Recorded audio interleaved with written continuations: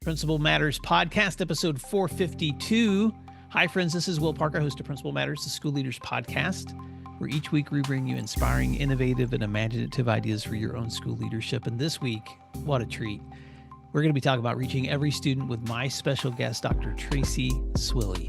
Dr. Tracie Anderson Swilley is the principal of Fairfield Central High School in Winnsboro, South Carolina, and she was named the 2025 National Principal of the Year, a testament to her 12 years of inspiring leadership. Originally a biology major, she discovered her passion for education through mathematics and began her journey as a high school math teacher before becoming a dean of students, assistant principal of curriculum and instruction, and now a principal. Under her leadership, Fairfield Central has achieved remarkable student success despite economic challenges, and Dr. Swilley credits her team and students for their resilience, emphasizing that circumstances do not define potential. Known for her unwavering belief in staff and students, she continues to shape a culture of growth, confidence, and achievement. Dr. Tracie Swilley, welcome to Principal Matters Podcast. Feel free to fill in the gaps in that intro. And what might listeners be surprised to know about you? Yes, thank you for having me today. I'm excited to be with you. I think, one of the things I always tell people that's different about my story too is I was able to move into the assistant principal role at my high school alma mater. So I was able to actually go back to my high school and end up supervising teachers who actually taught me. And I tell, the story also to say that my middle school principal actually was the principal of the high school at that time, and he hired me.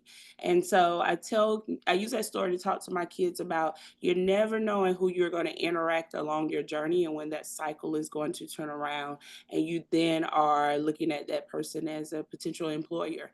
And so you never get a first time to make a good, I never get another time to make a good first impression. And it might actually be when you're a middle school student.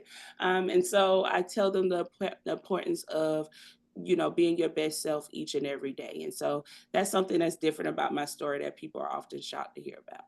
I love that. Now I'm going to give full disclosure to you and listeners because we're recording this in the middle of the school year 2025. This episode may not come out until we're into summer. So Tracie, it's kind of sometimes it's interesting for me to listen back to myself, months behind. So some people listening to this may be stepping into their summer break. But what I would love to have them know in this conversation is no matter what time of the school year they're in, what it feels like to be recognized as a national principal of the year. But you and I both know that that recognition is also connected to your school's success. So two things I want to ask you. One is, what inspired you to do this work that you did? And then second, we can talk about some of the outcomes happening at Fairfield. Absolutely. So I would say I was inspired to get into education based on the experience that I had with a mathematics teacher in college. I had a college professor who taught me the why of mathematics. And as an honors kid going through school, I really didn't have trouble in the academics area of being an honor roll kid all the way through. But math always took a little extra in order for me to get good grasp. And it wasn't until college. And I immediately then I changed my major and I said, I have to teach somebody else's kid this. I always loved working with kids. I did the teacher cadet program when I was in high school. I think I was running for my initial calling at first. But I knew then I had to teach students what I had learned in college. And so that started the journey of working with young people. And so my passion also comes from in this work of, I've experienced being part of a high poverty rural community growing up. And I know the limits that people had for my potential outcomes was based on where I went to high school. And so I want to share my story with my students of we have a no limit mentality. I'm not preparing you to compete with people in Winnsboro, South Carolina. We're going to prepare you to compete with anybody across this nation. And that is the goal that I put for them every day. And so I passionately do it because I lived it. And I'm able to pour into my kids what was poured into me by those that were in my village as I grew up and was educated. Here at Fairfield Central, I'm so elated about the things that we have done together here. One of the biggest things have been, of course, as a high school principal, I say my favorite day is graduation. And so we have improved the graduation, hitting as high as 91%. But we have, throughout my journey, stayed at the state level for grad rate throughout. Additionally, we have students who, beyond limits of their control, are not afforded the opportunity to work towards a high school diploma, but they are able to earn credentials that allow them to be able to take care of themselves and have a family and be productive citizens. And that is always a goal that I'm going to celebrate. Mm. Additionally, we have a good on last year, we earned a good rating on our school report card in the state, which means our school exceeds the expectations placed upon us for high schools in South Carolina.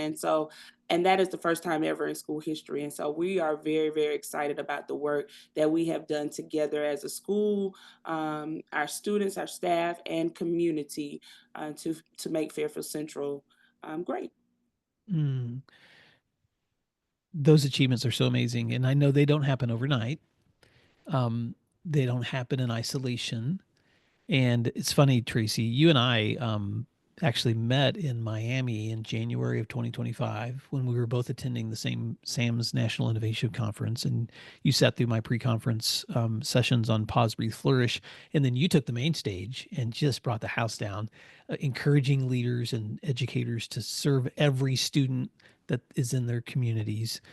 Um, it's funny because on the way home from that conversation, um, I was on the airplane, and the guy sitting beside me found out I was an educator, and he made a comment that I've often heard. People say, "Oh, isn't it sad how bad our nation's schools are?" And it's just sad that's the state of education right now. And my response to him was, "Yes, it is sad when you see struggling schools, but I know a lot of schools who are reaching the needs of kids, that they're growing and improving, and I know leaders who are committed to that kind of growth." And so, Tracy, it's one of my passions is to keep bringing the voices of leaders like you back to the mic to speak to other leaders and say we can do this. And so, I want you to just go there for a moment. Talk about your journey. What did it take for you to go from stepping into a school that you knew needed this kind of improvement to the place where you guys are today? Right. And I will always tell the story, and I believe in telling the truth. Um, I didn't start off right. I jumped in all wrong. I jumped in with this superwoman on my chest, the S on my chest, thinking that I could make the shift and that it was only my responsibility to make this shift. And so, I did late nights, weekends, didn't have a balance of any work life balance. It was just work, work, work, work, work. And I found myself, going in circles. So almost like the hamster on the wheel, just rolling in circles. But thankfully, I had a village, and the village did not only include educators. The village included my family, who said, "Listen, my dad was really upset with me. He was like, you're not going to be able to sustain working like that. You're a mother. You have a life. You have a responsibility, so that you could be your best self in that building." I had educators in the building that said, "Look, you're going to have to use some of these other people in here and make them work, delegate some things. This is not just your responsibility." And I had other educational leaders who I had built relationships with, who had been principals, and gave me different strategies that I had to utilize. And so I would tell everybody I started wrong.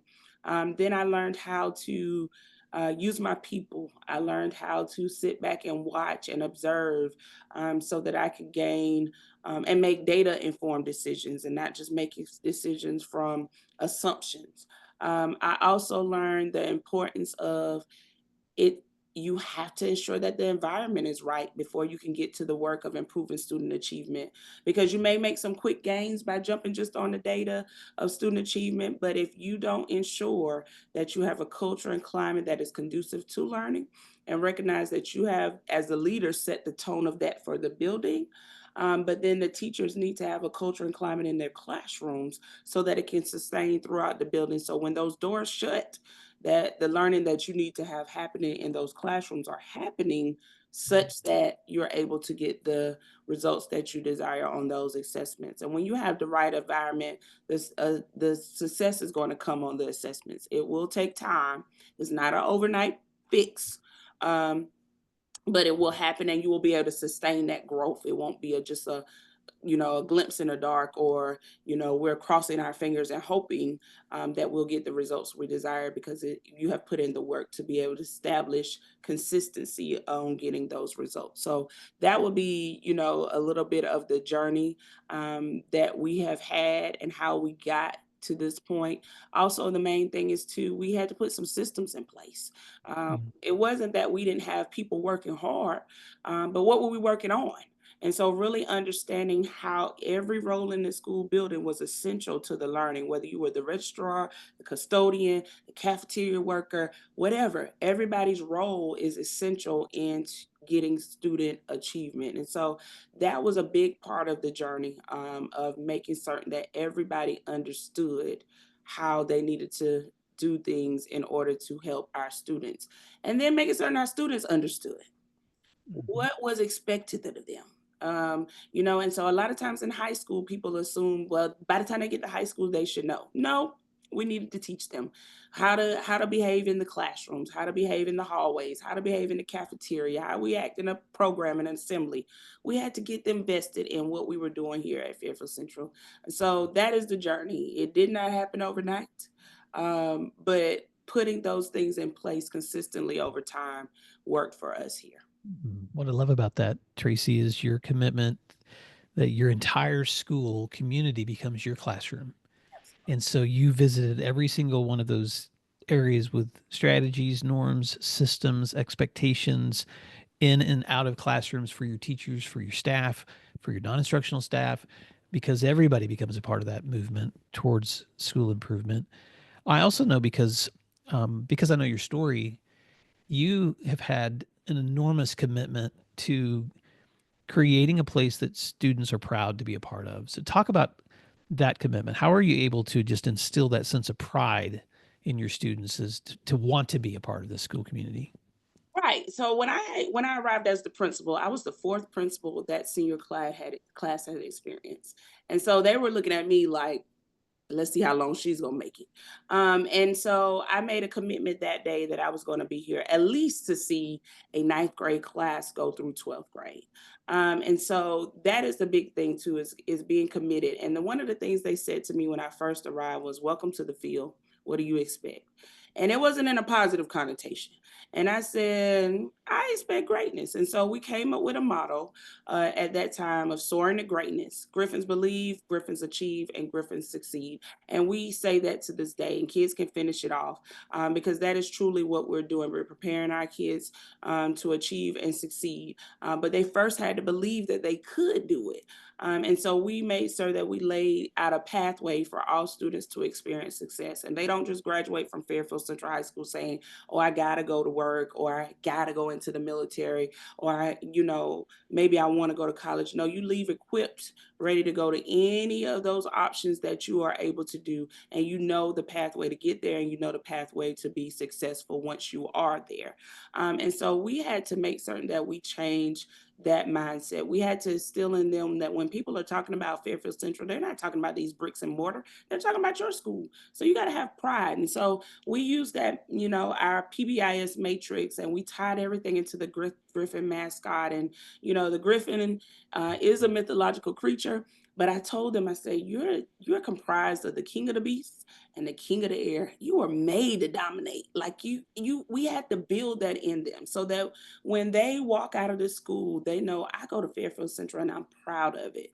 Um, Mhm. and why and how they were going to represent their school and compete to the best of their ability, whether it was in athletics, academics, or the arts, so that they can excel and do great things. And so it was a journey of reinstilling that pride, but that's something that we put the time and energy into, and it has paid dividends.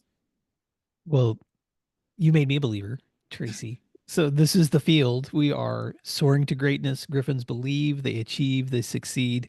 And you don't this is not a motto for you. You demonstrate that, you show that, you you you are right there in the middle of you're like the mother of your school. So talk about how as a leader how important it is um to be your true self when it comes to taking who you are as an individual and then making sure that that true version of you is the way you lead also, because I'm not going to do it the way you do and you're not going to do it the way that I do, but you've certainly done it the way Tracie, um, I believe the best version of Tracie has done it. Absolutely. And I would tell people, I messed that up too. I started off trying to emulate other people, and that's not a bad thing. You have to surround yourself with great leaders and pull different strategies that work. But at the end of the day, it's just like teachers who employ other strategies from observing other teachers. In order to be the most effective, you do it as yourself. And so I'm a mother. And so when all the students walk into my school building, I tell them their last name is Swilley until they go back home to their parents. And I really mean that. I love them, I nurture them, I correct them, do all of the things that a mother would do for their students and their schools. But I want the absolute best for them. And to get the absolute best on them for them, you have to push them to their full potential, but you also have to equip them with everything they need in order to be successful. And so I use that same scenario with my teachers of telling them, listen, if you have children, teach them like your kids are sitting in your classroom. And I didn't have to stretch that too far because my kids are actually walking through the building. My son graduated last year and I was able to shake his hand and give him his high school diploma. And my daughter's now here as a freshman. So I don't have to stretch the imagination too much. But for those who may not even have their own biological children, you have a child in your life that you love and care for. Put that face on any of the students that you serve, and it will give you that passion that you need to push through on some of those days that can get challenging, that come along with the territory. And so that is the important part of really also too, I had to recognize, they often crack a joke about when I first arrived at Fairfield. I wore a suit and I had on a skirt suit and I had my hair pulled back in a bun because I thought that was all of the things that you had to look like as a principal. I wanted to look like a principal. But I learned to embrace being me. I participate with my kids on club days and spirit days. You'll see me in the 90s gear. You'll see me dressing as a cartoon character. On holidays, I have a T-shirt for every holiday. Easter, it says "Principal of the Amazing Peeps," and there's little peeps on my shirt. Or Halloween, I have the shirt that says "Nothing scares me." I'm a high school principal. Like I have a T-shirt for everything, and I think that's a part of creating an environment that can be fun. High school can be fun, school can be fun, and should be fun. And creating that environment for students and staff has been a part of who I am. I'm a high energy person. And so I love having a good time with my kids, but we can have good time and learn and accomplish the goals that we have for us here. And so I just embrace being me, employ the strategies I have learned from some amazing leaders, and it's working. I love that. So, and I've heard you say this in other settings. I can give you the strategies, but you need to make them yours. And Absolutely. so, Tracie, two things I want to follow up on, because I have listeners to this show who are aspiring or newer leaders, and I have listeners to this show who are experienced and veteran leaders. So let's talk first to that aspiring or newer leader. If you were able to give them a few thoughts to hold on to as they're stepping into this work, what would you tell them? Listen, if you're an aspiring or a new leader, you should definitely not be the first one out the door. Make certain you are taking advantage of any opportunity there is to soak up knowledge, to help out with assistant principal tasks, principal tasks. I'm thankful for the assistant principals who allowed me to help with them learning about testing, learning about master scheduling, the principals that I've had that said, come on in and sit in for this budget meeting. Let me pick your brain about this particular strategy that we want to try or idea that we have on campus. So I'm thankful for all of those opportunities. So if you're an aspiring leader, meaning you want to get into administration, please, please, please take advantage of any opportunity your building leaders give you to grow, and participate or assist with administrative tasks. If you are new to the principalship, understand that don't feel like you should have been better prepared. There's no true preparation until you sit in the seat.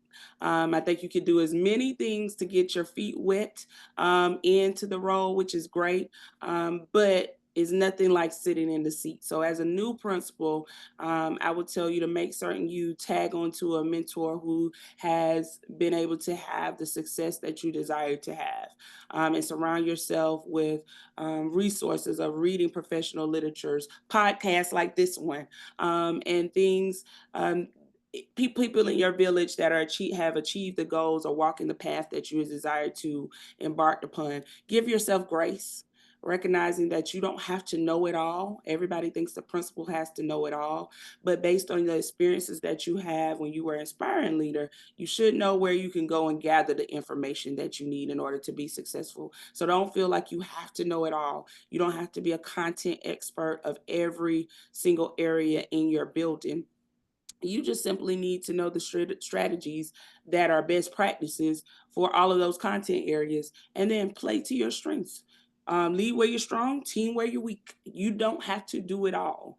You just ensure that it all gets done. And doing that with a collaborative nature is what worked for me. So that would be my advice for new and aspiring leaders. Oh my gosh, Tracy. So if you're a new listener and you're taking notes, just pause, rewind 5 minutes, listen to that again. And Tracy, I've done this work for a really long time, and my whole career is devoted to principal development and leadership. That summary might be the best that I've ever heard someone give, and that's no shade on any of my other friends or my own work, but seriously, that list of things you just said could be your next book, in terms of like just the essentials necessary for learning from others, recognizing you don't know it all, um, as you do the work, reaching out to other people to help you do the work, but then just investing where you are in whatever moment you're in and whatever role you're in, investing in that role to learn as much as you possibly can to be prepared for what you want to do. Let's talk now to that veteran leader, that experienced leader too, because doing this work sustainably takes a lot of motivation. So talk to that person, Tracy. What are some things you would want to leave with an experienced leader? Well, all of our lights dim a little bit as we move through this work. I will never say it goes out. I think once it goes out, hopefully we're retiring. But I think it dims a little bit. And so to reignite your passion and your fire and your spark, I always tell people, just as I told the new and aspiring to get you a good mentor, get you a good mentee. So taking the opportunity to pour back into the younger leaders, because we do hopefully will be able to retire and turn schools over to our new and aspiring leaders. But we want to make certain that they have been filled with information that will sustain the growth and the good legacy that we want for our students to receive, and the education we want our future generation of leaders to receive. And so get yourself a good mentee, and tag onto them. I will tell you, I work with some principals now, and I steal ideas from them all the time because they have that young, innovative thing. I was like, yes, I can steal that. I can use that. I'm gonna cite you one time, and then it becomes mine. And so that's where I get my energy from on those days that get tough. Also tapping into your children, so using your students to motivate you and hear their ideas. My student voice groups give me great ideas that I want to try to get that spark back. Additionally, I would say high school principals, especially, get you an elementary principal partner. They have all of those creative ideas. And I think it's because they make bulletin boards every other week. But they get the creative juices that I just didn't get. But partnering with an elementary principal will help you come up with ideas and to engage your high school, middle school kids who are just kids in bigger bodies, but they love those same things. I have a treasure chest in my office. Try it. I pass out little principal cards that say, "Come by the principal's office. You can go into my treasure chest," and they go in there and they're digging for minutes. And I said, "Just pick something." But they're excited. Number one, because you recognize them for whatever they were doing great, and then they get an opportunity to get an incentive. And what kid doesn't want that? And so, really being able to give the kids an opportunity to just be kids. Mm. Our society today sometimes rushed them to grow up. And I told them that high school, especially, is the last step before adulthood.